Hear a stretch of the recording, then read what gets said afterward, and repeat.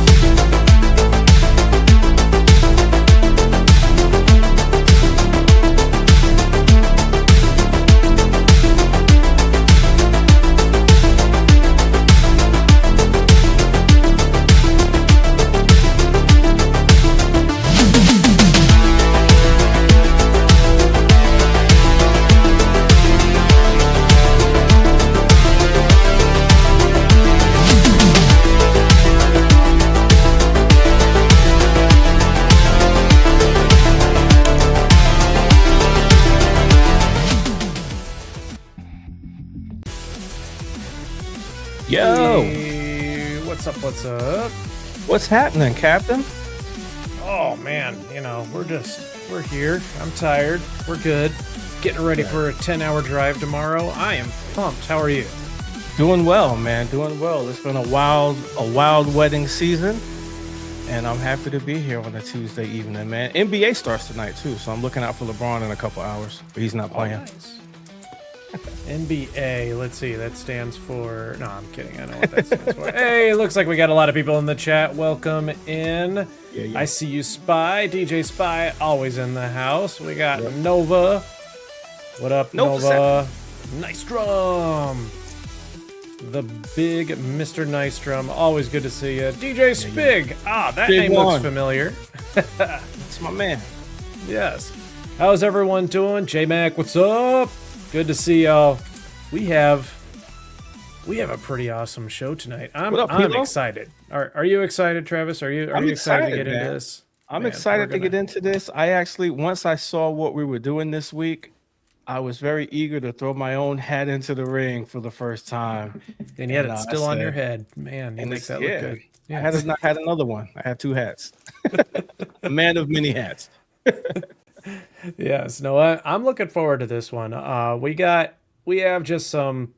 I'm really excited to hear both the perspectives on the people who played these playlists, kind of how things went over, and also just hear what Aaron has to say about it. And speaking of Aaron, you think we should bring him up here? I think I see him backstage. There he is. Hello, sir. It's gonna be tough doing this. I mean, we're doing trial by fire here. Yes, we are. It was some brave individuals like Spig One in the chat who sent in their playlist. They're willing to take constructive feedback, and I need to go, blunt, but I also need to be gentle. I need to be a coach, but also I need to be that tough person in the DJ booth who wasn't there for me. Did anybody who was your mentor? Who was that person who steered you in the right direction, Travis? Well, it was from afar. It wasn't anyone that I knew personally, right? So just growing up, it was guys like DJ Jazzy Jeff, Jam Master Jay, Funk Master Flex, and the late great Big Cap, of course. So I just learned from them, from afar and watching what they were doing and really, really paying attention until, I got a chance to kind of be a little bit more close contact with guys like yourself. Joe Bunn, Jason Janai has been a big inspiration on how I construct my sets now. So guys like that. I love you all, man. Oh well, thank you, thank you. That means a lot. I wasn't fishing for that, but I do have a question for people like Nystrom or Jamie or hello, Jamie. Good to see you in the chat. One word. Who's that one DJ that inspired you to push play? Who was that one DJ out there? Was it were they on YouTube? Were they on Twitch? Were they on? Who was that person? He or she? They? Who were they? Would love to know, because there were people who just gave good advice, and then there were ones who gave crappy advice. And I want you to decide for yourself what I give tonight. Do I give good advice or crappy advice? I'm going to give some data. How about that? I'm going to keep it nice and safe and in the pocket. I'll show you the data. I'm going to show you how you can rate your crate, and then you can rate my crate. And here's the best part. I'm going to really trial by fire my ass too, because I'm bringing in one of the central programmers of one of the biggest conglomerates. I can't say the name unless he wants to say it, but it's one of the biggest radio conglomerates out there. He's going to roast my crate live tonight. So if you're down for that, if you're in the chat, put a one. Put a one. By the way, if keep those ones coming in if this is your first time chatter. Do that. Well, Jim, who was your inspiration? Who was that one for you? Man, I think I had more anti-inspirations. I was inspired more by people not doing the right thing, that I was like, this has got to be better. But when it comes to the actual artist, like the one that sticks out to me is a guy named DJ Madge. And if you don't know him, he's DJ Madge. He had some mixtapes and remixes. I believe he's still the touring DJ with Toby Mac, Diverse City. Okay. Toby Mac. Yeah, Yes. DC Talk and all that. Yeah. Yeah. All right. So Madge he had some really cool remixes and mixtape type albums that he did. And it was just the way that he talked about music was something I always resonated with. Okay. Another guy I always love to hear talk about music is Will.i.am. If you ever get, oh my word, listening to that guy talk about music it's like, I love listening to Will.i.am talk about music, because he talks about music like I talk about music. Yeah. He's very future DJ. Yeah, he's very like future DJ for sure. I start talking about like, I hear this and I hear that, and everyone else's eyes gloss over, and it's like, so. How many times has he tried something and it just didn't latch on though? You've seen but there's some times where he really latched on and found some good opportunities, but he'd always had that lens of, AI and technology and future forward in music. Yeah, and I have a Will.i.am bag in my toolbox for sure, and I think we all should. And it's not even just songs that he produced, but just other stuff that I think sounds like it's in that Will.i.am bag. You know what I'm saying? You should all have this, because it always bangs. Anytime you need to dip into that bag, that Will.i.am bag, there's something in there that's going to work for your crowd. You're right. DJ Elbow, good to see you again. Hello, Nigel. How are you? Pulse ENL. We'd love to have you on for the next episode of Rate My Crate, but what we're going to do is rate, before my cat scratches my headphones off, ow. We're going to go ahead and take a look at Travis's crate. Now, paint the picture for us. If you wouldn't mind, Jem, go ahead and put his PDF on screen. Yep. Yeah. Great. Talk us through this night and set us up for us. Yeah, this was just this past Saturday night, wedding in Charleston, South Carolina.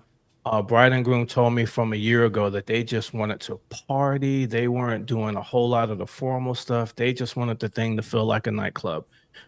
So, they gave me, some of their suggestions. They probably gave me about, 50 to 60 songs in Vibo of what they like. And I kind of used that and threw it into Crate Hackers to kind of give me some other ideas of what to do instead of, or what to do in addition to.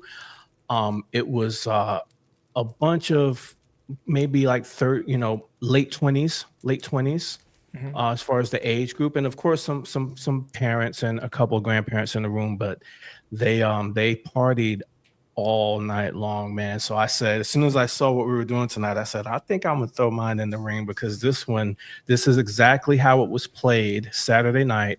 The only thing I mean, obviously I took out, the bouquet toss, and they did a garter thing, and I took some of those things out and just kept right to the slaps. But it was an amazing night. and they're raving about how it was exactly how they envisioned. So it came out really nice. So I thought I'd share this one. And share, we will definitely get this crate out to everybody tonight. But let's do this. Let's go ahead and rate this crate. Now we're going to use some data, and I'm going to go ahead and also give a little bit of my thoughts as I was going through it, and Data. We just love data. some certain thoughts. Yeah, data, and then let's go ahead and begin. Things I was thinking about as we were looking through this originally. It makes you were raised on nostalgia, but you were fluent in TikTok. These are kind of the things I was thinking and writing down as I was jotting them down. Like you're chasing these euphoric peaks, these familiar hooks. Yeah. You had a lot of smart nostalgia sequencing. Right. Yeah, like Whitney into Cyndi Lauper. These modern mashups. Ain't No Mountain High Enough was as an opener. It just screams confidence. Yeah. How was that? Was that first song? It worked perfectly. And since they were older people there, I can start with something familiar to everyone, but it was still kind of punched up. That Ragosa version, it's still kind of punched up a lot, and it wasn't incredibly long, so I can just get to that acapella out and just go right to the party right after that, and then we just had them. But still mixing in some more familiar stuff after Pink Pony Club, which everybody went nuts for, of course. Went back to Whitney Houston, I Want to Dance with Somebody. But again, using a familiar song, but a super more current sounding version of it, that David Solomon remix, it works every time.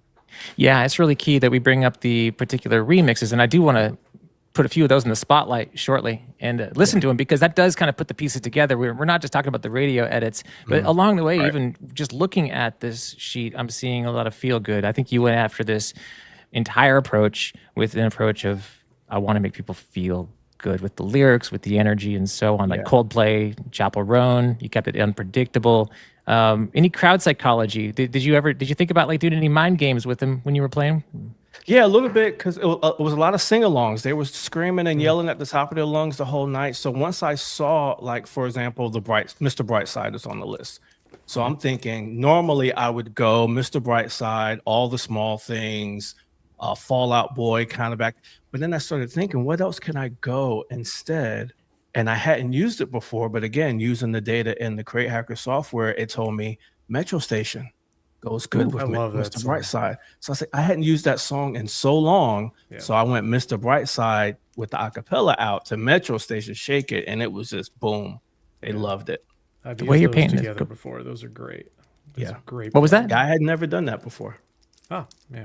Oh, that's a great blend. I do like that. The only constructive notes, and as you paint this picture, I'm starting to really understand how you worked with this canvas. I going from, if I had any constructive notes, I'd be like watching these BPM jumps going from slow soul to festival tempo.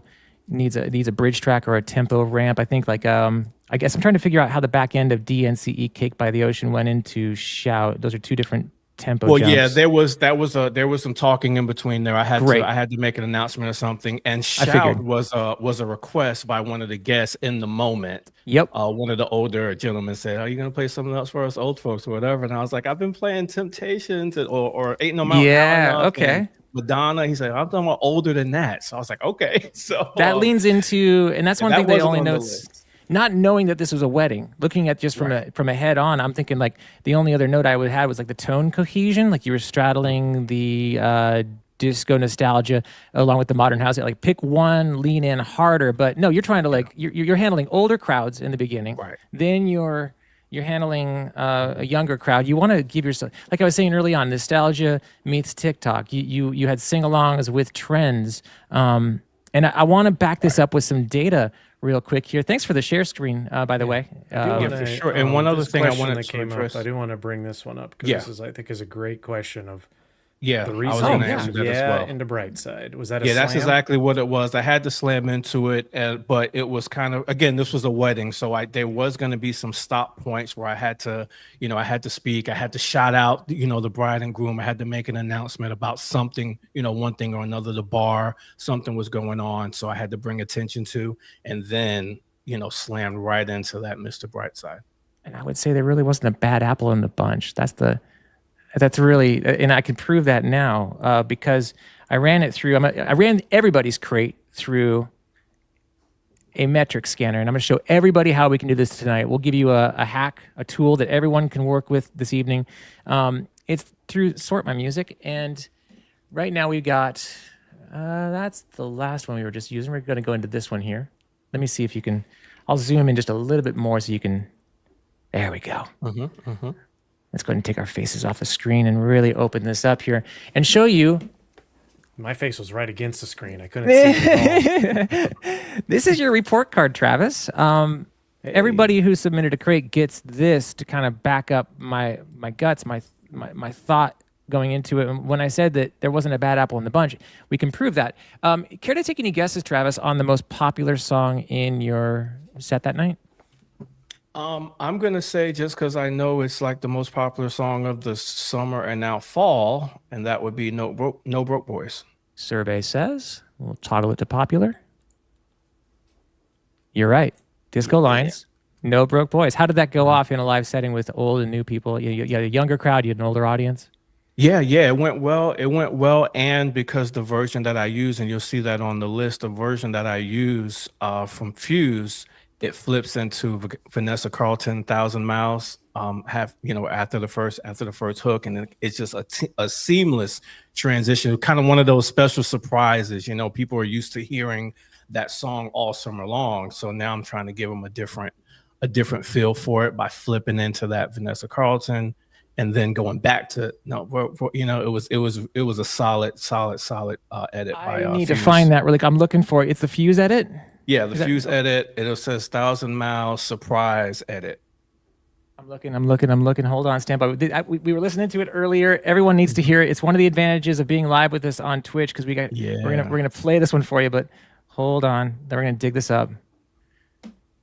Stand by with me. How's everyone doing in the chat, by the way? What do you think of his crate so far? Yeah, lots of good so stuff. far. Thank you.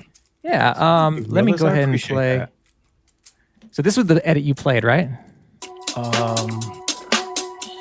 can't see the full screen, but is that the one that says surprise Vanessa Carl? I don't know if that's it. No broke boys, no new bands. No broke boys, no new bands.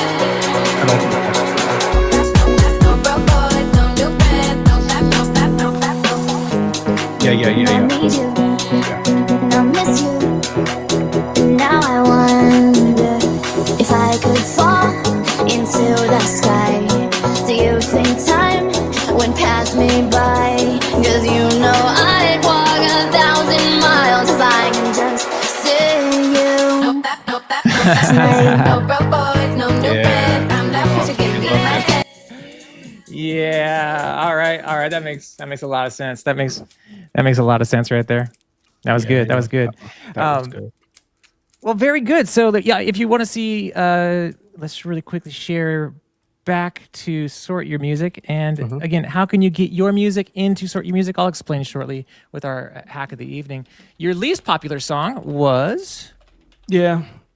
Isaac Brothers Shout. Yeah, it was a game time decision. The guy came up to me. He had nice gray hair, and he was really wanting to get some of the older people back involved again. So I found a way to work it in for him and just let it go out, and then just get right back to the party. And that happened again later on in the evening when I did the Beatles, Twist and Shout, and something else right before that. I forget what it was now, but I able to work in a couple of older songs for that crowd again, and then we went a little bit.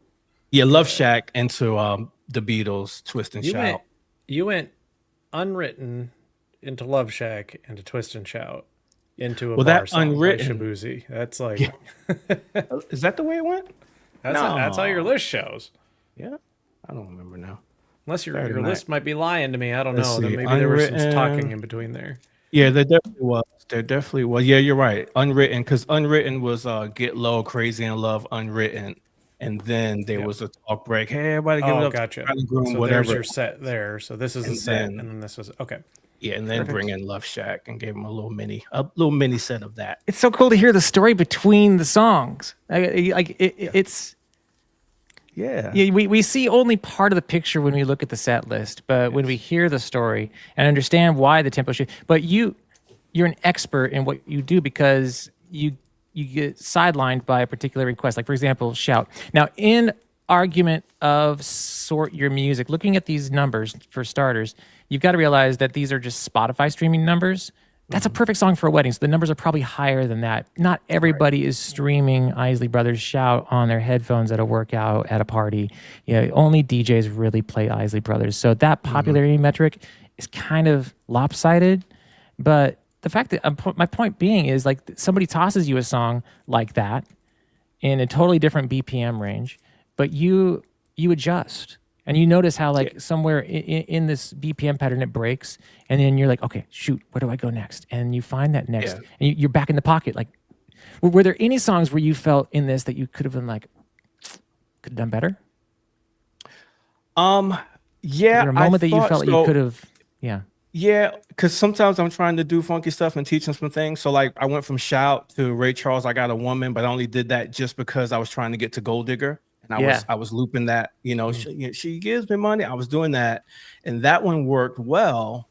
So then later on in the evening, again, trying to do a little hip hop 101, when I went to Dram Cha Cha, that didn't really work because that's not as popular as I thought it was going to be for people to know that that's where Hotline Bling came from.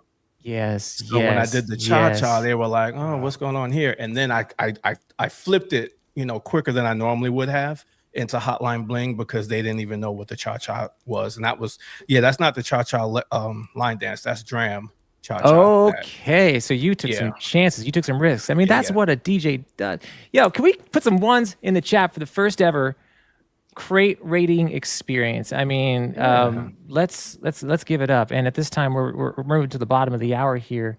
Let's go ahead and introduce our one of the people backstage really quick and say what's up to Mike Miller. Mike Miller, hello, sir. How are you? Perfect time. I'm drinking, and you got me. I was gonna say, it's like that waiter who's like, "Hey, can I get you anything?" As you take a bite. Yeah, sorry, bud. It's all good. I was about to try to stall, and then I'm like, no, we'll just let this happen. It's all right. We're live. Let's do it.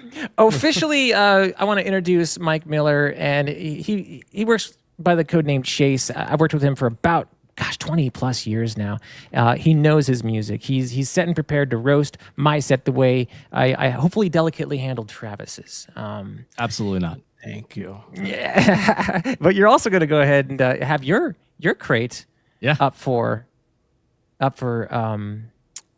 thoughts and advice. You had a party. Tell us about this party that you This is the Penn State one? Yes. Yeah. So we do an event with the Penn State School of Medicine here in Central PA, and this is the second year we've got to do this event. And this is the students that are becoming doctors and nurses and going further on.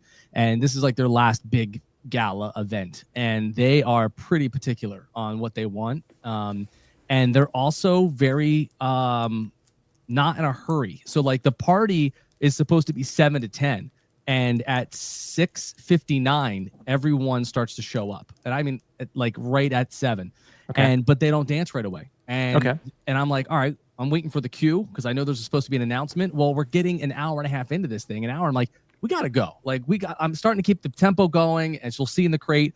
Like I'm not stalling, but at the same time, I don't want to waste anything because they're waiting to intro the party, and they specifically said, don't start the dance floor until we do our intro and thank everyone. But yet every time I try to go find them, they left the ballroom to go to a different bar because they didn't have the liquor in the room. Like it was a whole thing. And so I'm like, we got to get going. Like we're wasting time. And so that's what. Who's been in that situation before where we've, you get paid to be at an event and the start time is supposed to be, 7 o'clock as an example, but something happens behind the scenes where you just got to keep stretching, and you want to come out of the gates like a cannon.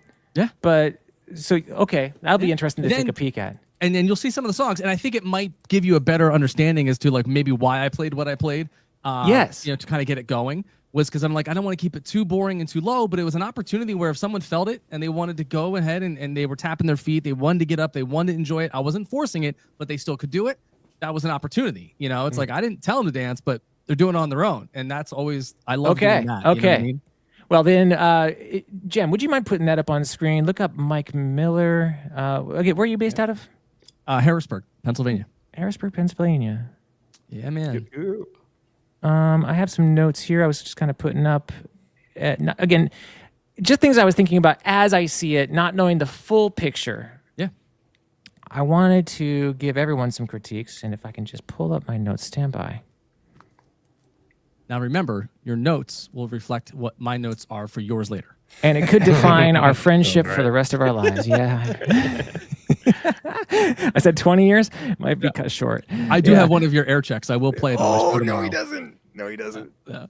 Okay, so all right, so here we go. Steady. That's the first thing I wrote. Steady. Safe.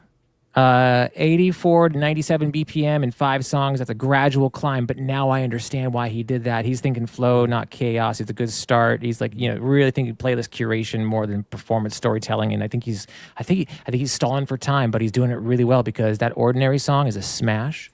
Youth is a good recurrent.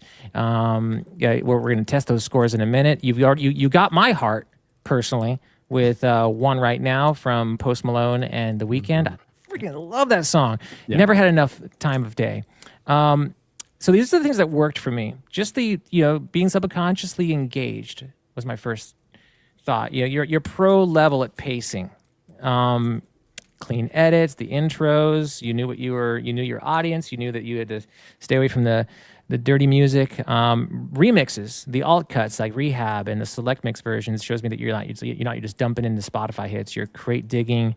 You got this playable energy to it. The things that I was thinking that might need work would be these BPMs kind of stay mid tempo. Again, I understand why, because you were sort of waiting for this party to get started. And you want to know argue where with the me? party Yes, started? please. Do you want to know where the party started? Yeah. It started right where Right here. going. It was actually Crazy in Love. Yeah, that's what I was thinking. That is where they wanted to open the dance floor. Crazy in Love. Where is that? Right there. Number Here, 35. 35. You were an hour and 10 minutes in or Yes. something like that. Yeah, that's what I'm telling you. Yeah. So it was like a struggle because like they wanted that kind of that chill vibe feel and but not boring, but still had some tempo of something. And also if you went up, you saw that it was like I played like Sky Full of Stars, Coldplay. Their theme was A Night Under the Stars. So Okay. I did that one with stargazing, and it worked out. And they were like, but they still just sat there. Everything screams familiar, and that's beautiful about this. Yep. So that's one of the things that I like to try to do is, I put like the radio programming mindset into this, and Aaron, you and I have talked about this at length so many times. Is the stuff that I play at an event like this, I want to be as familiar as I can on the lead up, because I'm like, this is my warm up act. I'm trying to get them familiar. I'm trying to get them ready to go, and it's all the songs they used to hear on the radio. They might hear on a playlist now, and it kind of gets them set into the mindset of like, all right, we're gonna party. And we're going to keep this familiarity going, but there's going to be some other things maybe that you weren't ready for, but still kept it playing safe. What was the one that you felt was the coolest transition? Either maybe it wasn't in front of an audience. Maybe there was one that you're just like, I got to remember that for when the party is hot, or even when it was. I think if you scroll down, you'll see. For me, I love that transition of I love it, the Hollaback Girl intro into that Starships. Let's get the party started right now, because that one you get that clap snare going and everything, and it just transitions perfectly for me. And those are 2 high energy songs. They hear a little bit of Hollaback Girl, then they hear the hook of I Love It, they lose their mind, and then you go right into Nicki Minaj. You're giving them like just power right there. And to me, there was so much energy on the dance floor. It was awesome. And then we kept going and did the little Give Me or Temperature, then Give Me Everything, and then Justin Bieber Baby.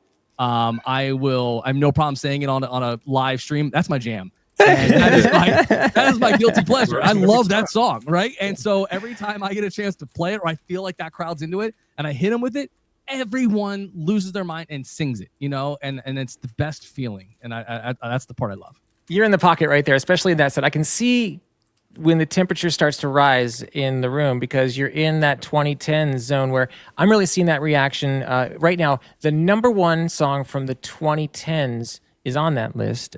It's Pitbull, Give Me Everything. Yep. Give me everything.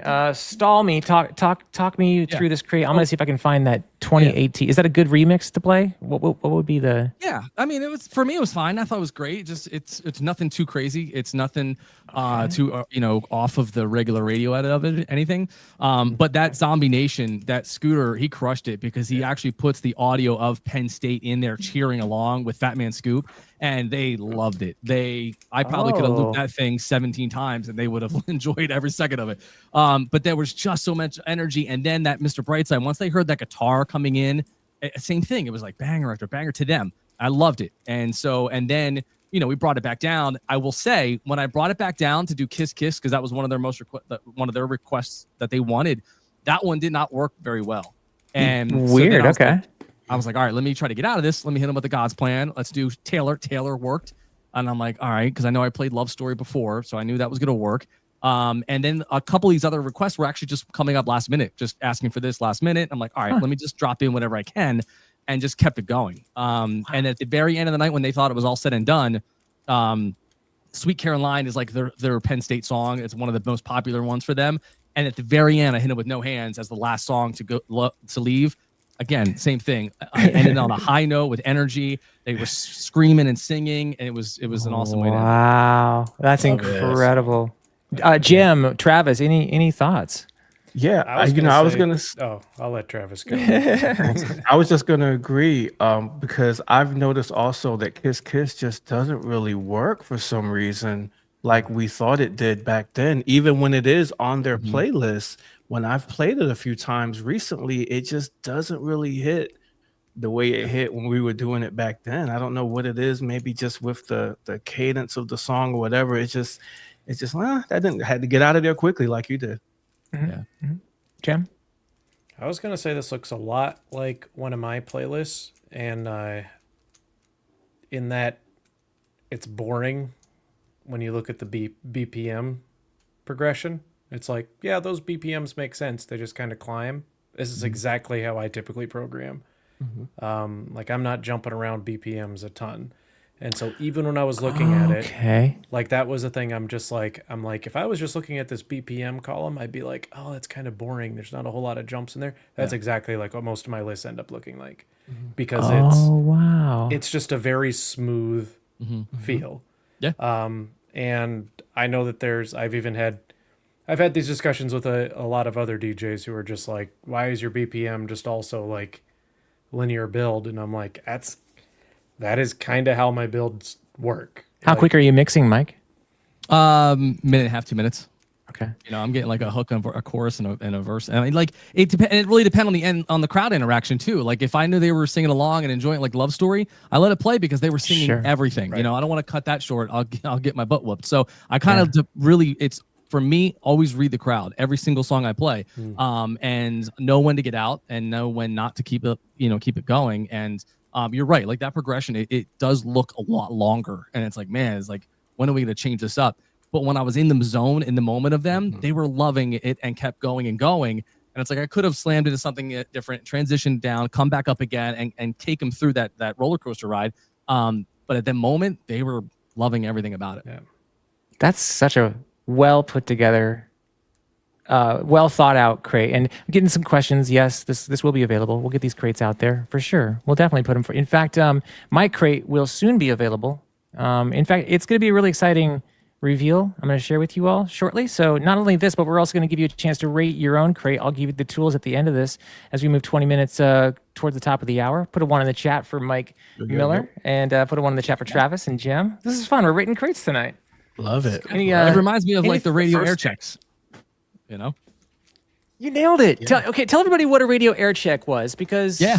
I So lived and breathed. What was it? It's when, as a radio DJ, you would get critiqued from your boss, or mentor or coach. And so what we would do is, after we were done a show, we would do a scope of it. So we would pull all of our radio breaks and save those breaks and put together like a demo. And so whenever we would go in to meet with a PD, a program director, or a mentor or a coach, we would play all these and we would get feedback just like this. And so they would tell you, hey, man, that break sucked. Or, hey, you went a little long. Here's when you should have got out of this. Be a little faster, be a little more local, all the critiques. And it's just their opinion on what they think sounds best for their radio station or their brand that they, are endorsing. That's right. So That's right. It's kind of like this, which I love.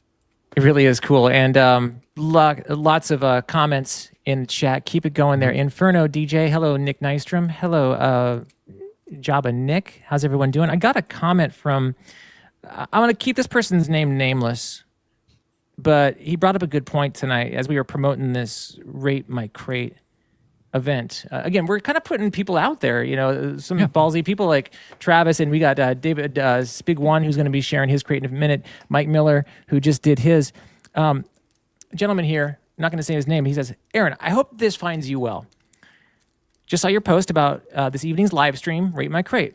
I'd love to do this, but I really struggle with my mental health and my anxiety. It's got me through the moon about doing this. I'm not able to do this. Yeah. I would just like to know: are there any other DJs are there any other DJs in the Crate Hackers group that suffer the same way I do? I'm petrified of the feedback, as it's going to set me right off, and I'll end up seeing a counselor more often. By the way, I didn't write this; somebody else did, because I feel it. I wanted to share. I feel this. I love Crate Hackers. Are there any Crate Hackers who aren't that way? I think might have, Right. Yo, I mean, I felt this too, and I'm surprised we even got this many submissions, because this is tough. So Can I please? Yes. I mean, to whoever that person is, if they're I don't know if they're watching right now or not, or listening in any way, but I think the one thing that when I was talking to Aaron about this whole idea was that it's for us, it's not gonna be like, hey, that was a bad mix, or I would never have played that. It is just, if I was in your shoes that night, maybe I would have tried mixing this. It's just a suggestion. And that's how I always took our air checks in radio through all the years of doing this, is whenever someone told me their feedback, it sometimes can beat you down, right? If they're coming at you aggressively. But in this kind of community here, I think with the amount of talent that is in this, and Crate Hackers, and what you guys have established, has been all of a big brother sisterhood of just helping each other. And that's what this is all about. And that's what I've noticed through the years of watching you build this thing, man. Your entire team's incredible, and that's what it is. So don't ever be scared. And if you ever want to, and whoever this person is, if they want to send it to me directly, I will never judge you. I will be flat out to say, hey, listen, this is awesome. If I'm in your shoes, maybe I would play this. It's not to knock you. It's just another set of eyes, another suggestion, another mindset to go along. Yeah, that's really, boy, take my thoughts and amplify it in just the right way. That's exactly what I was going to try to portray. I did think to myself, and I had some notes I wanted to jot down and share with this gentleman. Most DJs really do fear bombing a crowd. Most fears, they just fear. They fear being judged by other DJs. We're in this quote unquote perfect mix culture, and we've created this fake confidence. Yeah. Travis, Jim, you feel the same? Always. I mean, I can tell you before every show, my watch goes off and tell me my heart rate's up, because I'm nervous. I'm anxious about it. I've been with Crate Hackers since day one, and I've never ever submitted a crate or anything to, because Aaron Trailer's gonna look at my stuff. No way. Like, that's the way I'm, the afraid of being air checked. Yeah, I've been afraid of being air checked by Aaron and like Jason Janai or somebody, So I've always lived with that too. And I think if I had enough time to think about it, I may not have done it today. But I just saw it yesterday and said, I'm going to jump on it before I change my own mind. The reason I said what I said, and I wanted to bring this up, I one time sent my radio air check to another radio DJ at night in Tampa, and he was doing a night show, and I sent him my air check because I wanted feedback. He played my air check on his night show. He ripped it apart. He gave everyone listening in Tampa our hotline number, which is a private number into our studio, and my cell phone number, and told everyone to rip me apart and how awful I was because I was trying to copy him. And that happened to me early on in the game of radio and doing a night show. And I'm sitting here in the middle of my own show, and all of this starts happening. I completely broke down. And I was like, what just happened, you know? And fast forward later, I became his boss. Ooh, see how And that I works? was, right? And I was like, let's air check. We had air check. I played him that same air check, and he looked at me like, what? And I said, let me remind you what happened, you know? And so it was a full circle moment. And I was like, man, like how you treated me then should never have happened, man. Like we got to be in this together. And it's exactly what it was. It was karma. That's incredibly karmatic. I mean, that is just, I can't believe that. Yeah. It's the full circle moment. And then, yeah, air checking is tough. I remember, you know, you really had to swallow your pride walking into those. Yeah. Yeah, I think even today without radio, like these DJs are really playing in front of 300 people at a club, or they're playing at a wedding, but they can't play for 3 viewers on Twitch. Yeah. We're discussing like this kind of like this micro failure fear, like how the internet amplifies tiny problems. I had to get over like the first few years of me hosting these hackathons that I'm a little weird looking. I'm kind of silly, but after, you know, realizing that, hey man, kind of being real is where it's at. You start to realize those 3. Well, Travis, you could speak about this. You host a weekly show. You carve out time on a weekly podcast yourself. Yeah. And you don't you talk to me more about how that builds confidence. It builds confidence for sure. It was hard. I mean, the whole reason I have a co-host on my show is because I couldn't think about doing it by myself, you know, Right. at the time. And he was my MC when I was DJing back in the club days. And I say, hey, you want to host a show with me? Because I'm just always used to being the guy behind the scenes on the other side, not being seen. And it was really hard for me to adapt to being able to speak, you know, just like this one-on-one in public or on screen. It was very, very hard, but you just kind of start to build it up and get used to it. And there's still some things I struggle with. And I'm still, you know, working through it to get to being able to do stuff on my own more as well. You guys are great. I mean, every one of you. I've watched Jem open up, you know, to somebody who was more behind the scenes, really become my ride or die co-host. I've seen Mike Miller host, you know, numerous satellite radio stations, and Travis, you're just growing into your own. I really see some growth just by putting yourself out there. And I think, you know, the person who sent me this message, just remember the first live stream rule is nobody's going to remember your first stream except for you. Yep. The algorithm doesn't care. The audience doesn't care. Only the repetitions matter. You know, show up every, like how we are. Just don't do it on Tuesdays at 8 p.m. Eastern. It's just so I can have an audience, please. But I started off with 2 people. Yeah. I started off with like Sick Miller in the chat. I started out with Long Beezy. I seen these OGs who just amplify, and now we got True School hanging out. You know, yeah, True School. You know, True School's hanging out. New chatter here. We got, you know, people who subscribe to this every Tuesday. So just you know, confidence is not born behind the decks. It's like it's built. So build it. All right. Let's get through Spig 1's crate, and then I'm gonna get mine air checked, and then send everybody off with a free crate and the tools. Let's go ahead and put up Spig 1. Now, let's tell a story about David.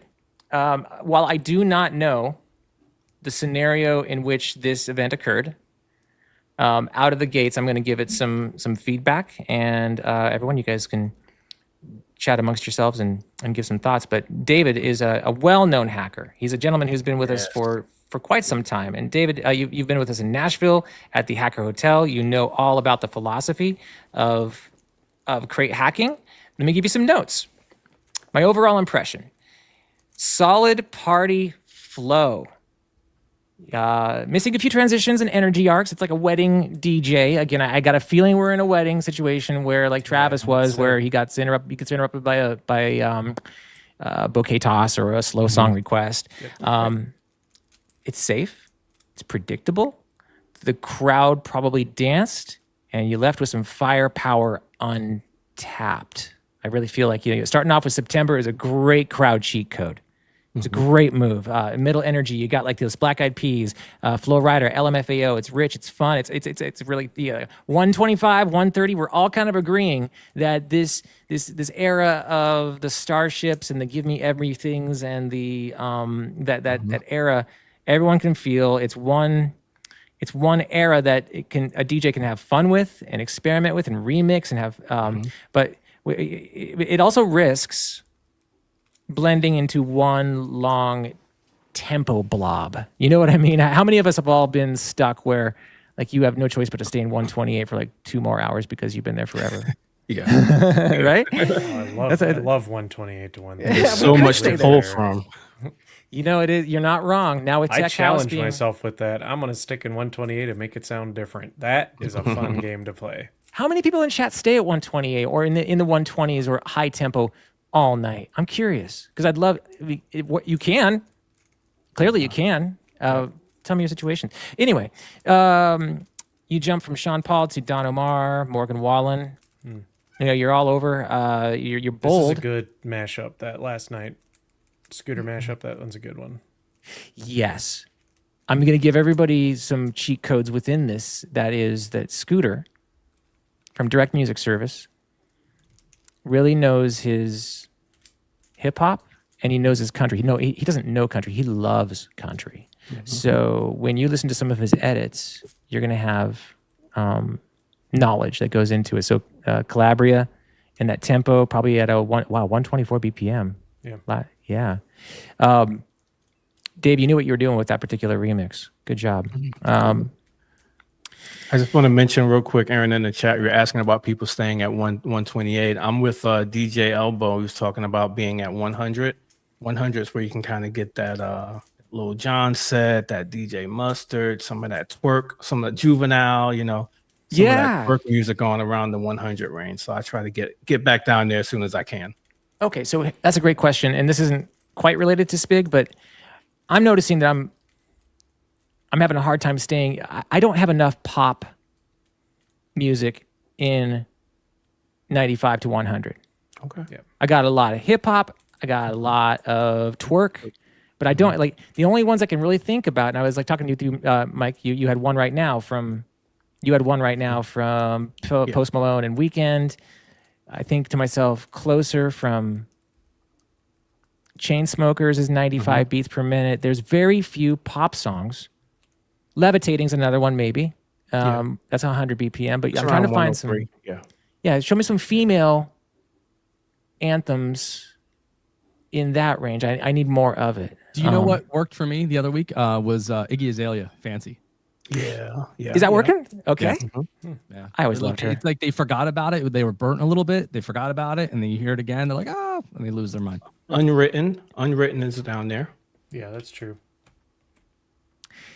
Overall, I would say that if anything to improve these, add 2 or 3 more curveball remixes. I think Disco House, maybe just a couple more. It's crowd pleasing, cohesive tempo. It's pretty safe, and I think that's just kind of where we have to be. I'm not going to dock you any points with being safe at all. I mean, I don't know the crowd you were up against. I brave anybody who can go. I challenge anybody to go and be brave and safe. And I would say that Dave nailed it out of the park with this crate. Yeah. Travis, thoughts? I like it. Yeah, I like it a lot. It's a lot of stuff on here that I do myself, kind of in a little bit in that same order, or maybe transpose 1 or 2 here and there. But I do a lot of that same thing, so I love it. Yeah. Especially, like you said, for a wedding, you're gonna keep it safe-ish because you got so many different types of people to cater to. So I see what you were doing, and I like it. I like it for sure. Great deal. How's the chat doing? If you want to be on board, let me know. Shoot us a message in the private group. We'll do another one of these later on. But we're hanging out with Mike. Chase, give us a quick rundown on, kind of your history, your philosophy, music programming as I gear up my crate. Yeah, absolutely. Get your tissues ready. So no, I'm just kidding. No, it's I've gotten radio when I was 15 years old and have worked in pop and now country, and now I oversee 12 different radio stations in multi genres, multi formats. And through the years of working with artists and labels and management and programmers, the one thing that I love that I have learned in radio that I use in DJing, and I think it's why we do what we do, is like we get a chance to take people through this musical journey of like nostalgic throwbacks and songs that can help them escape the reality of the world. of the problems they might be living in, right? Like when you're able to rock a party and people can dance and they can have the time of their life, they're not worrying about work, they're not worrying about anything else in the world. They're in that moment and they're remembering that unwritten song or that Journey song or whatever it is, and they're having so much fun. They're singing and they're creating a new memory because of you as the DJ. That's why I love doing this. I started when I was 12 doing the DJ stuff. Radio was at 16. And so when radio and the programming side, I always love to, if I'm going to play something that's similar, that's newer, I'm going to piggyback it. And I'm going to hit them with a gold or a power, like what we call on radio. So something that is hot right now or something that they guarantee that 90% of my audience is going to know, I'm going to play that first. And then I'm going to drop something a little bit newer, but then I'm going to end it and come out of it with something more familiar again. So I don't give them a chance to really leave and think, oh, he's playing too much, too many new songs. He's staying in one genre, like whatever. I try with, depending on the crowd, try to mix all that up, but still keep it familiar and safe for them, unless the client's like, do whatever and just have fun. Then that's a little different. But it's trying to trigger that happy memory for them and play those very familiar songs that they either forgot about or can't get enough of. We talk about safe. I think we all kind of agree that playing safe is gonna pay the bills, but what selfish part of you allows you the freedom to drop in new music or take risks? I mean, can we inspire the generation to maybe think out of the box, and how so? Because again, we're we air check ourselves, we beat ourselves up for songs that maybe don't perform well on Spotify, whatever. But what advice would you give?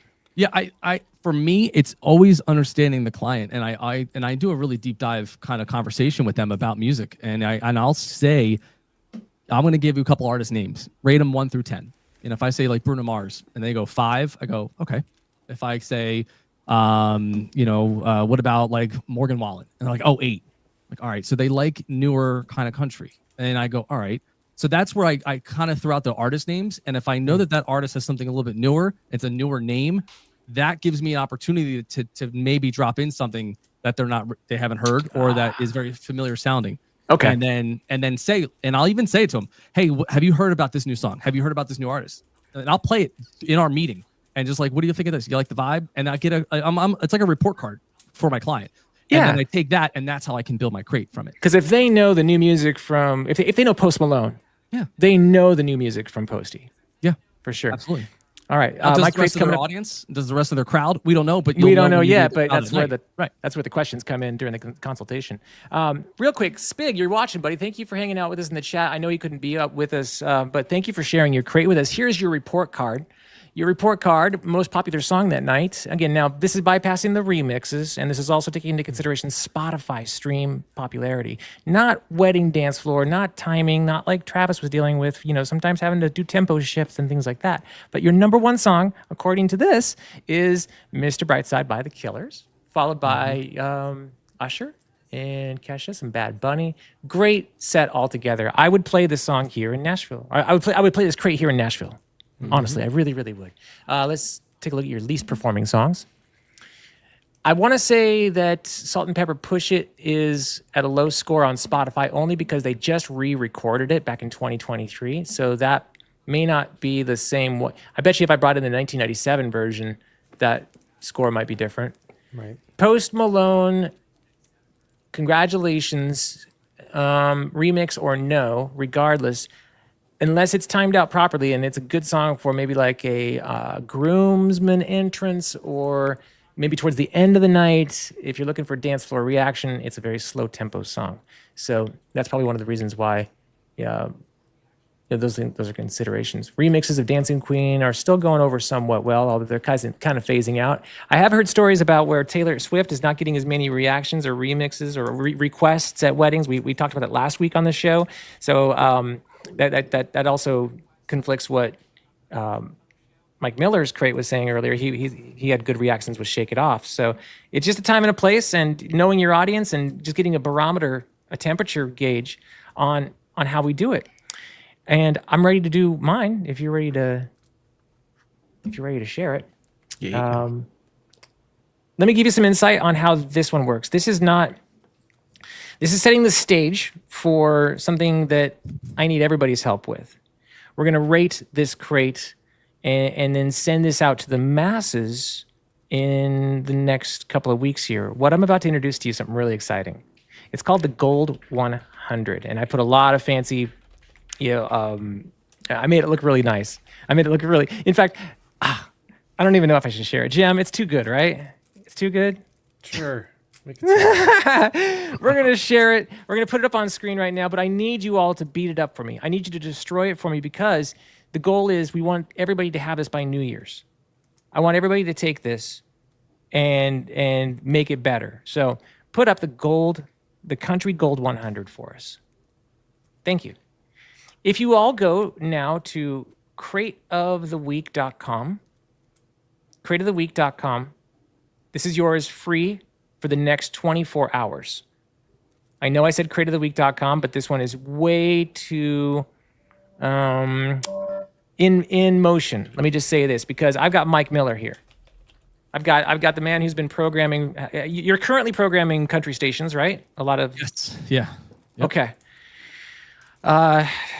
Travis, what's your love for country music? It's I'm here for it. I'm here Okay. for it. I'm in South Carolina. I have to be. Jim, you love or hate it? Closer to hate than love, but Okay. I'm somewhere in the middle. All right. I'm at a I need to know country music, which is why I'm bringing my crate for us to rate. Now, again, this is not a live set. I want to bring you a couple of things in motion here and let you know that this is not a live set like a wedding, like Travis was doing, nor Penn State. This is the Gold 100, and we're going to start to make these better with hackathons in the next couple of weeks here. Every Tuesday, we're going to focus on a new genre. So everyone head over to this crate really quick. I want you all to really help me rate what we have here. Head over to crateoftheweek.com. I'll show you this QR code here. Take a moment. We'll look at that on the screen. Screenshot it. If you're on a mobile right now, go ahead and just try to get over to crateoftheweek.com and download this PDF. Now, the beautiful thing about tonight's crate is that it's available on Spotify. It's also available on Tidal. It's available on SoundCloud. It's available on BeatSource and Deezer. In fact, scroll to the bottom of the screen really quick for me. You'll see all the streaming links are right here. Okay, now when I said that this thing is in motion, what I've given Mike, I've given us the keys to like delete songs. We need to get rid of songs and we need to add songs. So I'm giving us between now and the next 24 hours to really tighten this thing up. And then, this is going to change. So we're going to give live feedback now. We'll scroll from top to bottom and Mike just sort of help me pull out some songs that aren't danceable, aren't DJ friendly. Well, I Air think check me, buddy. Air check me. So all right. Well, first off, what a mess. No, this is actually really, I really like it because the one thing I like to ask when I look at crates like this and I look at the list of songs that are available is in the mindset for you, is this a general folder of country that you can use as dance, as dinner, as cocktail? Is this a little bit of everything? Because I'll see some songs on here. I'm like, oh, you can't really dance to that. Or if you're doing this at a wedding, like I probably wouldn't play that one. But in my mind, you're probably like, well, maybe that's a cocktail hour song. That could be a dinner song. Does that make sense?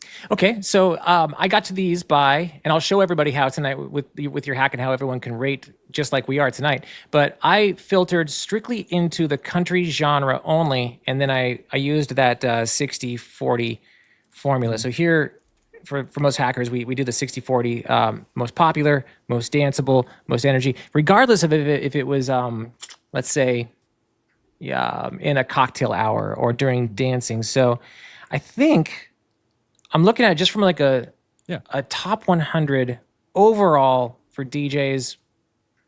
I'm really aiming for that. Yeah. I feel like some won't make the cut though. Some songs may not translate well regardless. Now, again, quickly looking, when I looked at this, I was like, CCR, Fortunate Son. Have you ever seen is that country or is that classic rock? Does it fall into that country genre to some? That's okay. It could work. And it would sound, I think, fine mixing in there. But to me, that's classic rock to me. Okay. But because I put the radio side back on because I go, we don't play any of that in our gold or recurrence. We don't play CCR. That's okay. That's a classic rock song. So that's the first thing. Other than that, the Morgans, Chasing You is great. You have You had in there Morgan, which one was it? You Proof, I think I saw in there. And You Proof is the 24th most played country song since 1990. So that's he's already making that kind of, ownership in the country format. And so you can't go wrong with Morgan. When you look at some of the flashbacks of like Chattahoochee, that's a classic. There were some that I did not see in there though, like Should Have Been a Cowboy. That was, that's a big one. And there was a couple that, we're going to add into this, but overall, like the John Party, he's a great guy. He does have some tempo songs. He's got another brand new one coming out that I think could be considered a gold one in a couple of years. Kenny Rogers, The Gambler. This is great. Randy Travis. Everyone loves at a country style wedding. The Forever and Ever Amen. Jason Aldean's Dirt Road Anthem. It's a smash. That one is still being played on country radio. Before He Cheats, Carrie Underwood. That is actually a massive testing record for radio still today. When I look up when we play songs for country that's throwback, Leanne Womack, I Hope You Dance is one of the biggest songs still. But yet when sometimes we do weddings, we're like, if I hear this song one more time, but when the audience is out there, they're not hearing as much as we are, but they still love that. They love the Lady Antebellum, Need You Now, the Florida Georgia Line, Cruise. That's a third most popular song. So Meant to Be, with BB Rexa, another great one. So yeah, what you have here is really good, and we're excited to add more to it and really clean this up. But man, I think you did a really phenomenal job with it. There's more that can be done with it though, because this is not my wheelhouse at all. Jared says he's with Mike. It all depends on the situation with country music. If you were to try this in a country bar, you would not use this list or 60-40 method. With country music, the first question you have to ask yourself is line dancing, swing dance, or couple dancing crowd. Thoughts on that? Yes. So there's a bar we have it in our town that they only do line dances. And if you play a song that they can't line dance to, they clear the floor and they sit. Or they'll come to you and they'll be like, next, and it's like, wow, this is a great song. Like, come on, just try. But they're very picky, and it's tough. It also depends how much are they drinking. Because is it an older country crowd? Because if it is, they're gonna want those older classics that they can just sit out on bar stool and sing, but they don't want to get up and dance. So it's really it all depends on that crowd every single night. That is where you pull from this. Is it going to be tough to come up with 100 all-time country dancing songs, regardless of if it's like, what is it? Jared said, line dancing. So could we find like 15, 20 line dancing songs, 15, 20, like really high? In other words, could we just go on a mission once a year, like I'm trying to do? And I think that's, as you can see, I'm setting the stage with Rate My Crate for something that everyone can kind of universally agree on, because Mike, you could speak on this. We don't have a real good chart system for DJs anymore. And I'm really trying to like crack that code. Can we get to 100 danceable songs that make everyone can agree on or not? Yeah. I mean, like, and that's where like country to me these days is going more of a pop rock sound, and that's where it's less twangy to some. But then you're getting the guys like Zach Top who come out and they're like, man, you got that twang back again. So it's like classic sound. And then you get the Zach Bryans that are like, he don't do great on radio at all, but he streams like a monster. But what song of his are you gonna probably play at a party? I don't know if any. It may be one. I task you with that. So from time to time, behind the scenes, I'll give Mike our charts, and we'll go through our Crate Hackers top 100 of country. It's really hard for you to find songs that fit what we're asking for, because country is going in such a different direction. Yes. And I think like when we look at the classics, Boot Scootin' Boogie, Achy Breaky Heart, Copperhead Road. If you think of things that are newer, because I made a list: Watermelon Crawl, Alan Jackson's Good Time, Cotton Eye Joe, Beer for My Horses. These are all great, but I think about, all right, so what about some of the stuff that's maybe the last 5-10 years? Like for me, if I'm going to play kind of country and if I have a good party, the one song that seems to always do well, there are two. Man, I Feel Like a Woman, Shania Twain. That is getting very close to that Love Shack status. Like if I hear it one more time, I'm gonna snap. But they love it. And then the other one is House Party, Sam Hunt. Sam Hunt. That one is so, because it doesn't sound very country. It's got tempo to it. And so I think between that kind of stuff and even what Scooter is doing these days with these remixes, it's making it more acceptably be played and blending it with different styles, and it's pleasing everybody. Good questions coming in or suggestions. DJ Elbow says church clap. Nigel says dancing in the moonlight. Sick Miller, or rather Chris Lloyd. Hello, Chris. Welcome back. Chris asks, do adults play church clap? Have anybody? Do adults do church clap? Do And I haven't adults seen do it. church clap? Yeah, I hadn't seen any grown-ups do it. I only see it at my teen parties and church parties for sure. I hadn't seen any grown-ups doing it. See, I work with youth leaders every weekend, so yes, they can totally do it. So It's a great energy. Sick Miller says, country girl, shake it for me always hits. Yeah. He says, not without Ben Gay. That's right. L Mac, hey, but J Mac, by the way, I saw that your message came in just a little late. I'd love to get your crate to rate for next week. I just wasn't able to get it on stage tonight.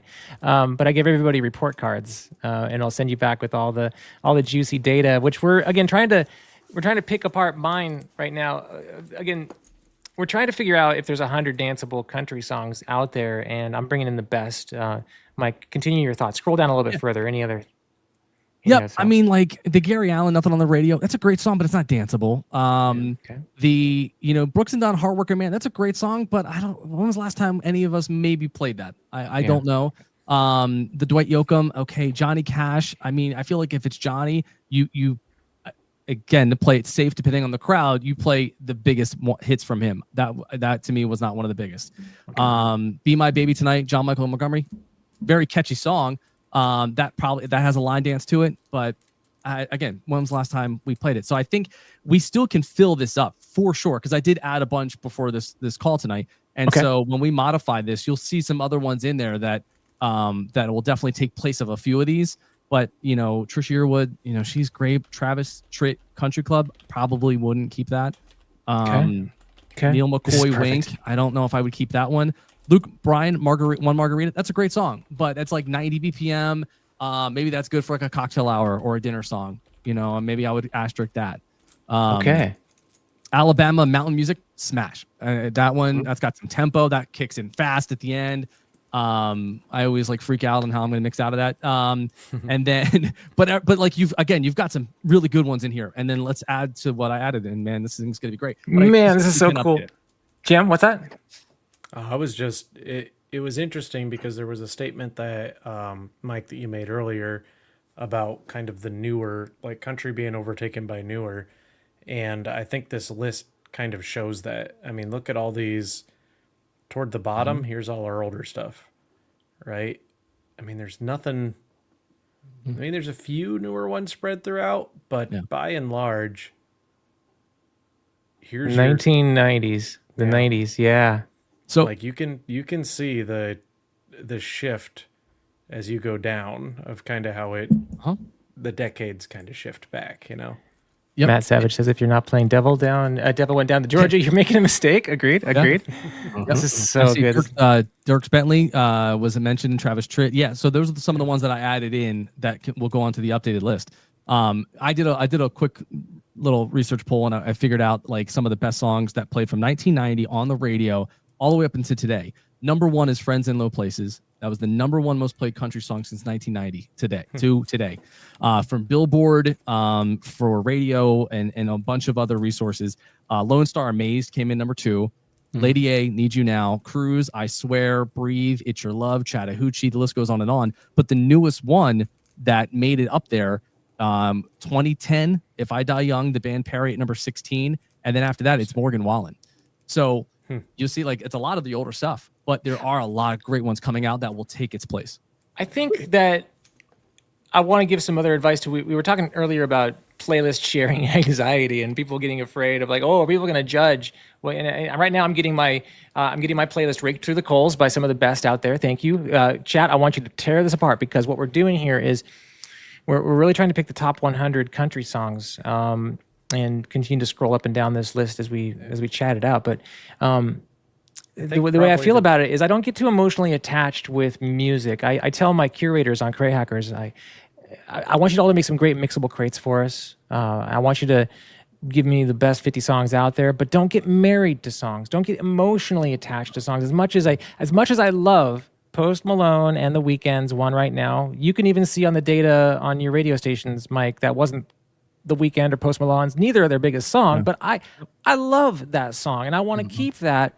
But I think we have to really start to say, goodbye to songs, even though we get emotion. How are you as a programmer able to do that without getting the iron fist of corporations coming down on you? You want your personality to shine in sets and radio stations and your brand, Mike? Yeah. Well, that's a whole nother call. That's another video chat we can spend hours on when there's, certain management or certain people involved. But it is tough because there's a lot of great stuff out there. And and you fight the battle of what do people want to hear on the radio versus stream, or while they're at their desk or in their car or while they're going to a party.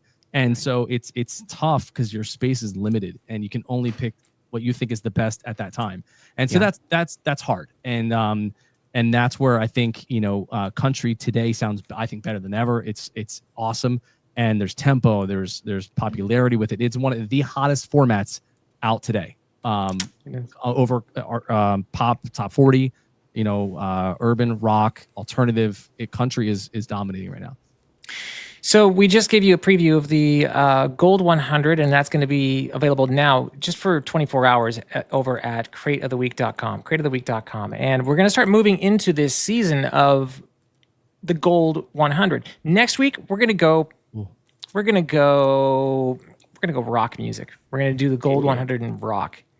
That'll be really exciting. So grab this while you can, crateoftheweek.com. If you're watching the replay, sorry, that's one of the advantages of hanging out with us on Twitch. You get all this stuff before anybody else. But like we just saw, this PDF is available now tonight, but with Mike's suggestions, you've already added songs behind the scenes that aren't even there yet. You're going to refresh this later. Yeah, absolutely. Yeah, I think I added maybe 20 or 30 more. Okay, and we'll also keep in mind the chat. I got your eyes on everyone in the chat, please. I'm watching your feedback. I want to be able to walk out of this 2025 with the most bulletproof playlists for every possible genre. So follow me on that journey. This was fun. I felt like I gave a little bit of good feedback. Any last thoughts to anybody? I think this was good, man. I love doing it, and shout out to Mike and David for sharing and for having the courage to share their crates as well. And I definitely want to encourage, everyone else that's on the fence about it, share it with us. Just like Mike said, also, you can even just hit me up privately and say, hey, give me some feedback on this. And I don't mind doing that. I don't mind doing that at all. Spend a few moments and head over to futuredj.com as well. Futuredj.com. He just posted the latest. We didn't have time to do an episode today because we were too busy roasting crates. Yes, but I will run through the headlines really quick for you because I like to do that. So if you head over to the futuredj.com, again, the futuredj.com, don't forget you're going to read about stuff like with our powers combined. That's a fun one. I like that one. Cloud Atlas. Which is what you'll know what that means when you get there. And then this one's for you, Travis. Okay, so I got to move my face up here so you can see it. This one's for thinks my tractor sexy. yes. Tractor had a new update. 2 weeks in a row I get to write about Tractor, so I'm happy. And I think I was gonna say, I was like, who's writing this stuff? Someone. There must be. I see that. And then we also got Facebook, which if you aren't on Facebook, I post videos on every platform. Facebook's the only one that sends me money for them. So there you go. Maybe you should start posting reels on Facebook. That's what we're talking about today for sure on the newsletter. How to make money on Facebook. FutureDJ.com. We'll update that weekly as well as our crates. And every Tuesday night, we'll be jumping online with our good friends like Mike Miller and all the people in the chat. Jamie, glad you could join us. Thank you for hanging out with us. Stephen Scher. Thank you, Jabba Nick. Thank you, Nick Nystrom. Jabba Nick, you can PM me through Facebook as well. Stephen Scher, great stream. Thank you very, very much. Put a 1 in the chat on the way out the door, and we'll catch you again next week on Twitch and on YouTube. Happy. Hey DJs, what if I told you that prepping your music crates could be done in half the time? No stress, no chaos, just perfect sets every time. Meet Crate Hackers, the game changer that's going to save you hours every week. Step number 1, Crate Hackers scans your entire music library instantly. Step number 2, pick from thousands of expertly curated crates, automatically sorted by BPM, key, and proven crowd reaction. Step number 3, we fill in any gaps by linking you directly to your favorite record pools. Export to Serato, Rekordbox, Virtual DJ, ready to rock. Let's say a client drops a Spotify playlist. Copy, paste, boom. Our magic sort instantly arranges these tracks into a set-ready crate, perfectly ordered by BPM and Key. Export it right back into Spotify. No more late-night headaches. We track trending hits across TikTok, wedding receptions, and festivals in real time, filtering only the dance floor bangers. Plus, Algorithm, our powerful new tool that lets you blend multiple playlists, remove the duplicates, and customize your mixes down to the exact energy and danceability. Event DJs, this one is huge. Crate Hackers syncs directly with DJ Event Planner. All of your client requests instantly becomes perfect, ready to make crates, saving you from endlessly manual matching and typing. Your gigs streamlined, your sanity restored.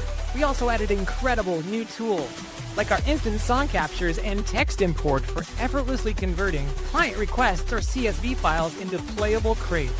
And don't miss our advanced recommendation engine, giving you instant song suggestions in perfect key and tempo. All crates are fully streamable via Spotify, BeatSource, Tidal, SoundCloud, and Apple Music. This is your ultimate backup plan for every gig. Look, we've helped thousands of DJs hack their crates and rock their sets. Now it's your turn. For less than the cost of a few track downloads, you're getting hours of your life back every single week. $30 a month. No-brainer price. Locked-in guarantee. Try us risk-free for 14 days. If you're not blown away, I'll refund you. Don't waste another second. Click below. Join Crate Hackers now. Let's hack.